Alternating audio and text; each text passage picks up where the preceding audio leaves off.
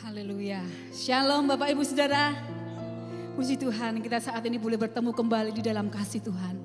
Walaupun saat ini kita tidak bertemu langsung, tetapi Bapak Ibu Saudara sekarang ada di rumah masing-masing. Tetapi kita yakin dan percaya saat kita memuji Tuhan dengan kesungguhan hati kita, maka hadirat Tuhan akan dinyatakan dimanapun kita berada. Haleluya. Situasi saat ini yang seperti ini, satu hal yang boleh kita percaya, bahwa kita punya Allah yang luar biasa. Amin. Kita mempunyai Allah yang dahsyat, Allah yang besar, lebih besar dari masalah dan persoalan kita, lebih besar dari ketakutan dan khawatir kita. Tapi kita tidak usah takut, firman Allah katakan. Mari pujikan lagu ini. Haleluya, haleluya. Kita akan siapkan hati kita saat ini untuk meninggikan dan mengagungkan Allah kita. Haleluya. Dengan segenap hati kita mau memuji Tuhan. Haleluya. Tak usah ku takut, Allah menjagaku. Amin. Tak usah ku bimbang, Yesus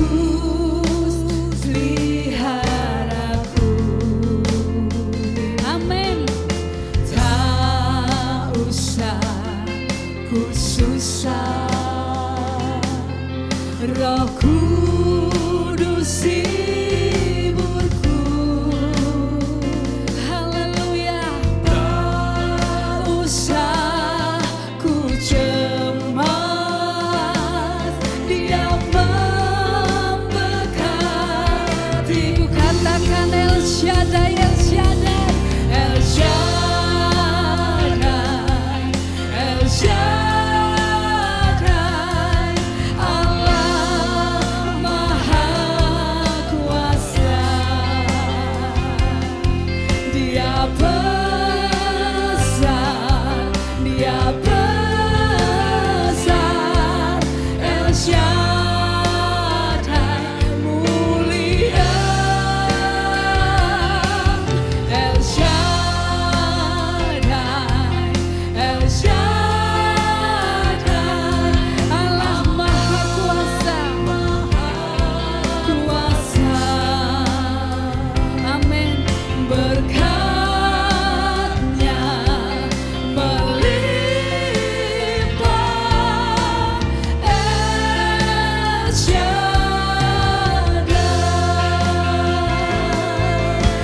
percaya Tuhan, pemeliharaanmu akan nyata bagi setiap anak-anakmu Tuhan.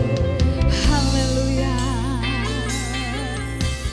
Tak usah ku takut, Allah menjagaku. Kami percaya Tuhan.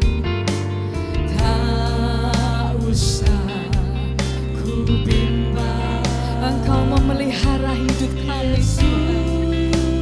peliharaku.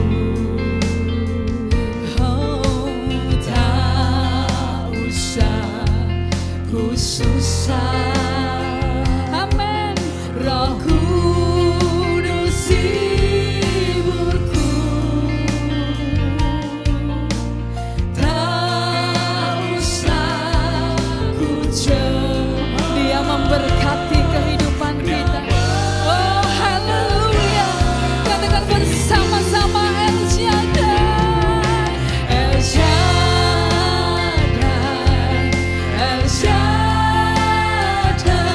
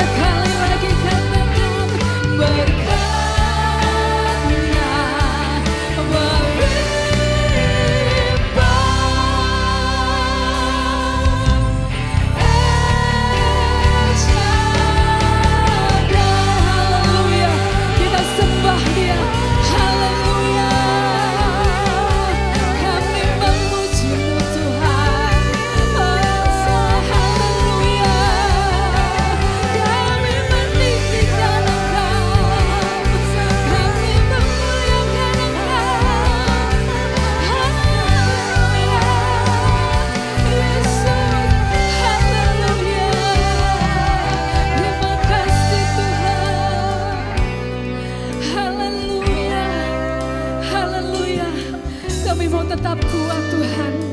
Kami mau tetap teguh berdiri. Karena ada Yesus di dalam hidup kami Tuhan. Kami tidak takut dengan gelapnya malam. Lembah yang begitu kelam Yesus. Asal bersama denganmu Tuhan. Apapun yang terjadi dalam hidup kami akan merasa kuat. Kami akan merasa tenang. Haleluya. Terima kasih Yesus. Haleluya.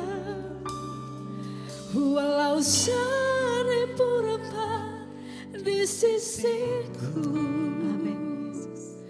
Kau tetaplah Allah penolongku. Walau 10.000 rempah di kananku, takkan ku goyah, sebab Yesus sertaku. Walau 1000 rempah, walau 1000 rempah di sisiku, Engkaulah Allah yang menjadi penolong kami Tuhan. Allah penolongku. Walau 10.000 rempah di kananku, takkan ku goyah, sebab Yesus. Katakan kembali, walau 1000 rempah, walau 1000 rempah di sisiku, kami sungguh percaya Tuhan, Engkaulah satu-satunya Allah penolong dalam hidup kami Yesus. Walau 10.000 rempah di kananku, takkan ku goyah, sebab Yesus sertaku. Takkan ku goyah, takkan ku goyah, sebab Yesus sertaku.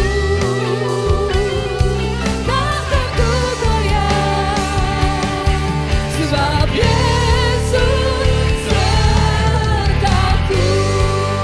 Haleluya, haleluya, kami percaya Tuhan.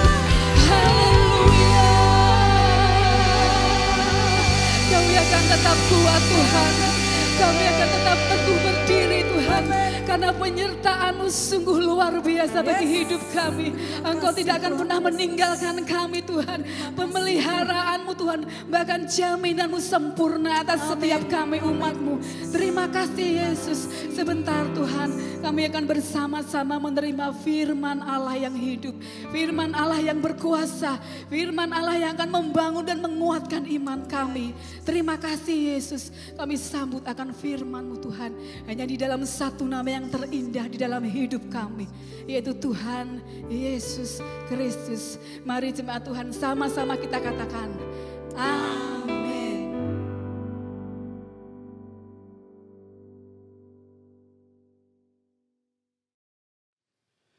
Shalom. Haleluya, puji Tuhan. Selamat sore saudara-saudara yang kekasih di dalam Yesus Kristus. Kita patut bersyukur, berterima kasih kepada Tuhan yang telah memberi kesempatan bagi kita untuk bersama-sama beribadah. Walaupun berbeda dengan yang sebelumnya, di mana kita bisa tatap muka secara langsung. Namun pada kesempatan ini kita dibatasi oleh keadaan. Tetapi biarlah itu tidak menjadi masalah bagi kita.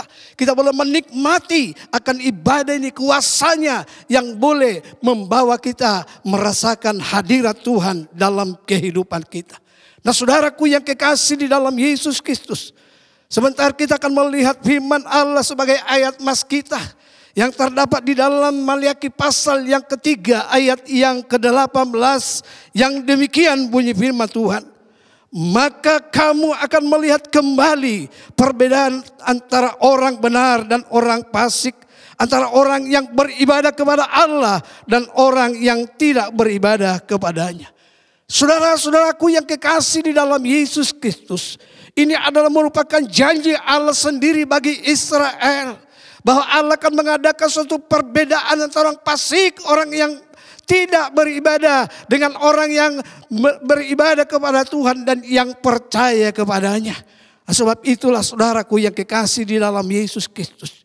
Jikalau di dalam ayat-ayat sebelumnya kita melihat bagaimana orang-orang yang tidak percaya kepada Tuhan, yang menganggap bahwa adalah merupakan suatu kesia-siaan jikalau beribadah kepada Tuhan. Karena hidup dalam kemauan sendiri juga, mereka melihat, mereka merasakan bahwa mereka ada di dalam keberuntungan.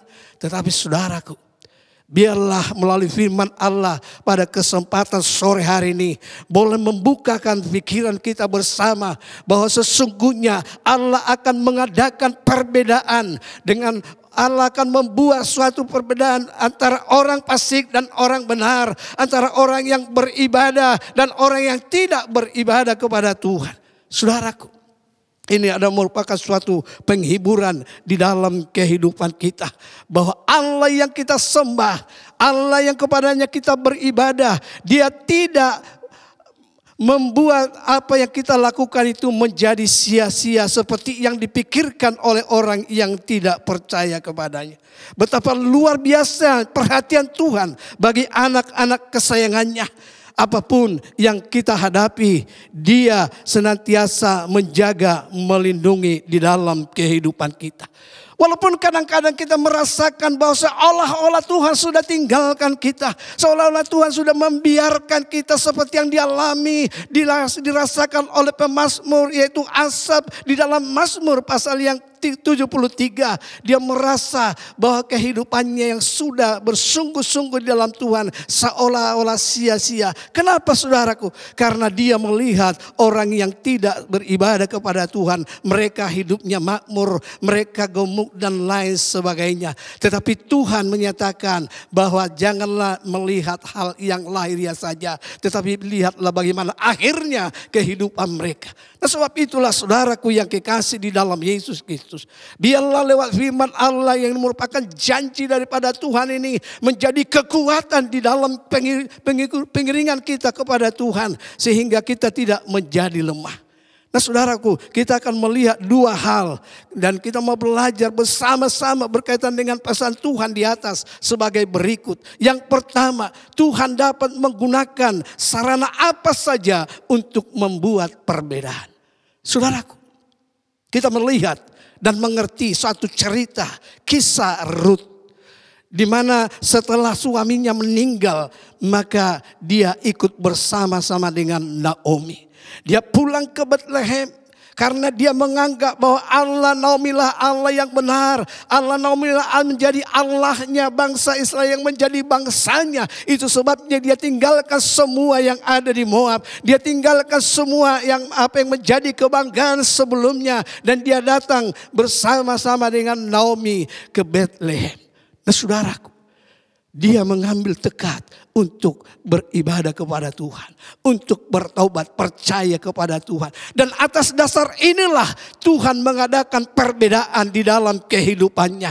Ketika dia bekerja di ladangnya Boas, Tuhan memberikan suatu hikmat dalam kehidupannya, sehingga membukakan pikiran daripada Boas. Dan terlebih juga ketika mengetahui bahwa Rut adalah anak atau sanak saudaranya, dia berkata kepada pengerjanya untuk meninggalkan sebagian daripada jela itu sehingga dapat dibawa oleh Rut dalam kehidupannya. Nah saudaraku yang kekasih di dalam Yesus Kristus, kita melihat bagaimana Tuhan melakukan perbedaan di dalam kehidupan Rut. Berbeda dengan orang-orang yang lain, wanita-wanita yang lain yang sama-sama memungut jelai yang tercecer itu. Tetapi kita melihat hasil yang dikumpulkan Rut lebih banyak daripada wanita-wanita yang lain.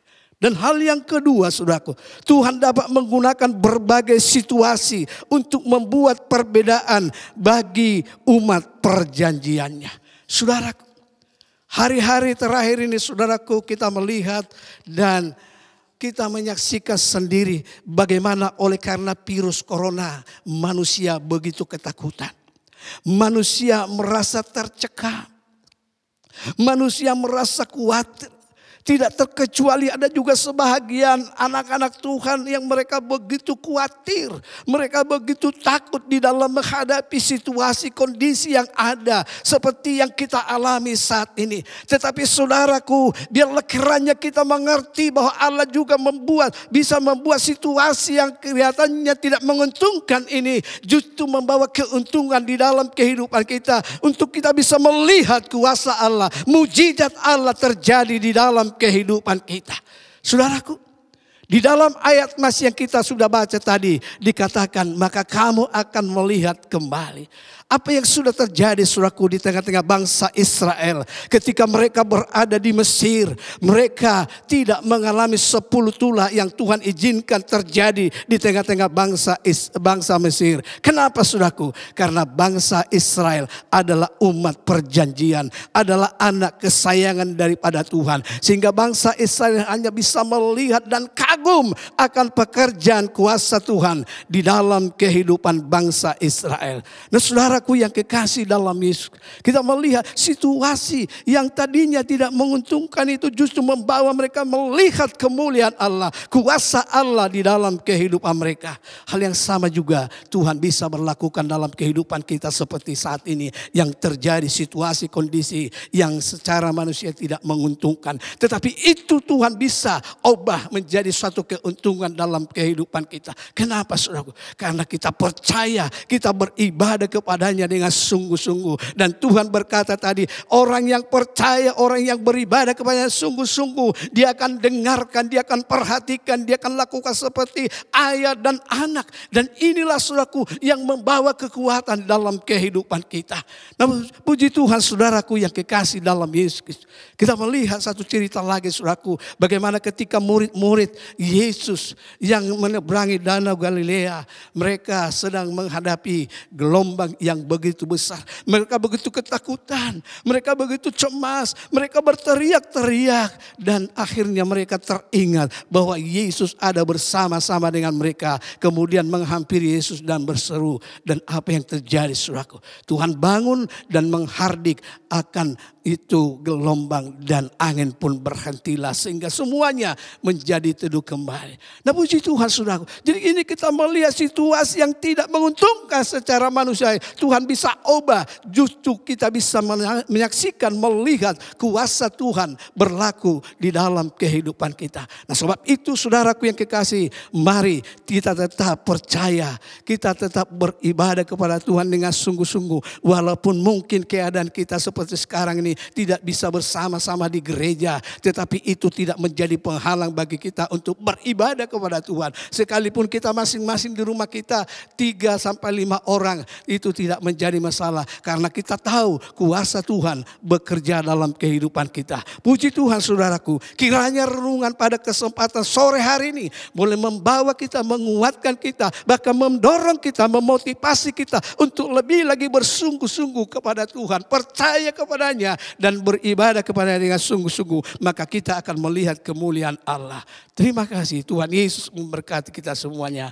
Amin. Mari kita berdoa. Bapa di dalam surga, kami bersyukur Tuhan buat firman Allah yang boleh mengingatkan kami bahwa Engkau Allah kami yang menghitung segala jerih lelah kami, yang menghitung ibadah kami, percaya kami kepadamu. Engkau yang berjanji akan mengadakan akan perbedaan antara orang fasik, orang benar dan orang yang beribadah kepadamu Tuhan, sehingga kami boleh menjadi berkat bagi orang-orang yang ada di sekitar kami. Terima kasih Tuhan, lawas semua sidang jemaat-Mu yang ada di rumah masing-masing. Biarlah Engkau berkati, tidak ada seorang pun yang pulang nanti ke rumahnya dengan tangan hampa, tetapi semuanya mendapatkan berkat. Terima kasih Tuhan Yesus buat segala kebaikan kemurahan-Mu.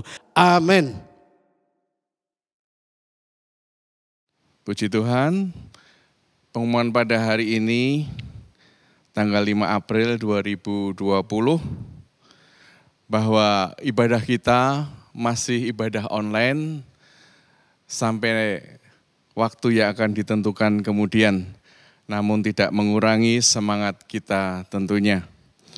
Pengumuman pada hari ini yaitu bahwa kami umumkan besok Jumat tanggal 10 April kita akan sama-sama mengikuti ibadah lagi dalam satu ibadah spesial, ibadah Jumat Agung, yang mana akan dimulai jam 7 pagi. Untuk hal ini, nanti di dalam ibadah online, kami akan menyelenggarakan perjamuan kudus. Bapak Ibu saudara sekalian bisa mengikutinya di rumah dengan menyediakan sendiri di rumah air putih sebagai pengganti anggur dan roti, sepotong roti kecil saja. Silahkan khusus untuk besok Jumat kita ikuti acara Jumat Agung disertai dengan perjamuan kudus. Jangan lupa saudara-saudara yang punya HP, ajaklah jemaat yang lain, tetangga, teman-teman kita, ajak untuk bersama-sama beribadah melalui ibadah online ini. Sehingga tidak ada jemaat yang tidak mengikuti dengan alasan tidak ada HP. Ini butuh kerjasama yang bagus. Lalu dari gereja mengumumkan satu hal, Bapak Ibu saudara sekalian yang ingin memberikan persembahan perpuluhan bisa melalui transfer, yaitu ke rekening BCA dengan nomor rekening 0374 340 723. Saya ulangkan 0374 340 723. Atas nama dua orang saudara, Nyo Jong Bi dengan Supatmi. Nanti akan ditayangkan di layar, bila mana belum bisa mengikuti bisa diputar ulang. Demikian pengumuman, tetap semangat, jaga komunikasi antar kita, jangan segan-segan juga bisa menghubungi pengurus gereja bila mana dibutuhkan. Sekian pengumuman, terima kasih, Tuhan Yesus memberkati. Kiranya Engkau memberkati aku berlimpah-limpah dan memperluas daerahku,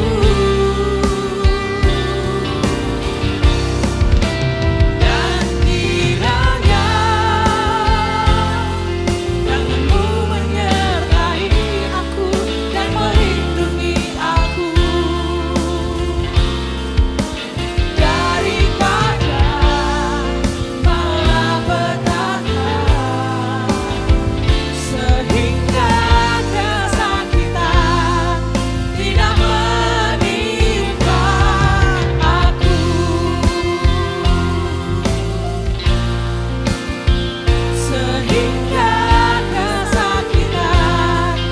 tidak menimpa aku.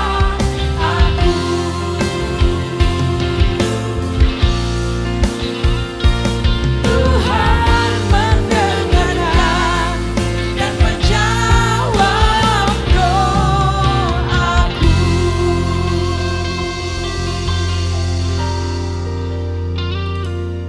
Sebentar Tuhan, kami akan pulang ke rumah kami masing-masing. Mari Tuhan, Engkau tumpangkan tangan-Mu atas kehidupan kami pribadi lepas pribadi. Biarlah Engkau berkati kami Tuhan. Biarlah damai sejahtera Allah, kasih sayang dari Yesus Kristus dalam persekutuan Roh Kudus menyertai, menjaga, melindungi kami mulai sejak sore hari ini sampai selama-lamanya di dalam berkat nama Tuhan Yesus Kristus. Haleluya. Amin.